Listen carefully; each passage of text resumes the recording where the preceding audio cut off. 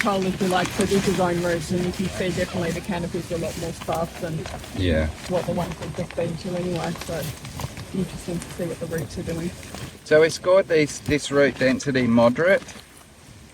You know, it's not as sparse as some, but it's not as dense as others as well in our, you know, in our categories. Still, it's still a low root volume, and it's still a low root density if you look at pits, you know, all over, you know, across different vineyard areas. So from what I've seen, without actually getting the numbers, all of these are low density, low volume. And, you know, again, we've got the cap on top. We've got some horizontal roots in here, more horizontal roots, but and then obvious wheel traffic compaction here, no roots into the mid row. So, or very few, we didn't see any. So much of the same. It's got a horizon there of solid clay. Yeah, so sort of a loam over. So when I had a look at these, there's a report. I don't know how that report's distributed, but so I measured total available water of each profile and described each one of these horizons. You know, from a low, then there's a light, and then there's a more of a medium clay popping up down here. So a B2 horizon, B1 horizon, and an A horizon. So yeah, so that all of that detail will be in that report. To my untrained eye, but that looks like quite a lot of roots, and for quite small shoots, compared to what we've seen. Yeah, we rated this one moderate root density and volume, and you're right, it's on the lower side of canopy and yield, so 5.2 tonnes per hectare. Yeah, short shoots.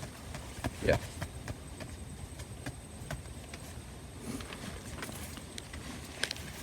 So in terms of ability to extract sort of moisture and nutrients from the soil, would you expect that should be greater with the ones that have the most amount of really small fibrous roots, or the medium-sized roots will probably do that as well? Or there's a bit of a timing issue when it comes to finding, you know, fine roots. So the 2 flushes of growth, so we're not quite at the second growth flush, I don't think.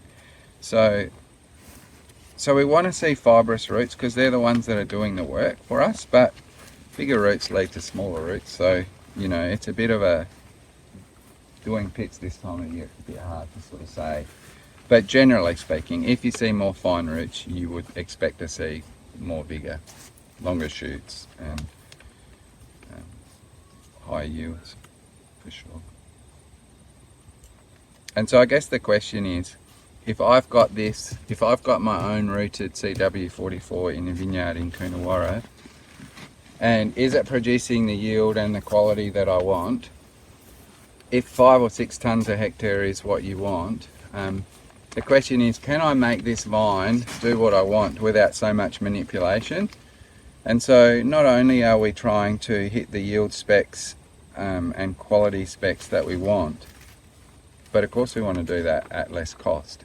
You know, and so maybe I want this, you know, I've got a particular label that I want to be sort of more at 8 tonne a hectare.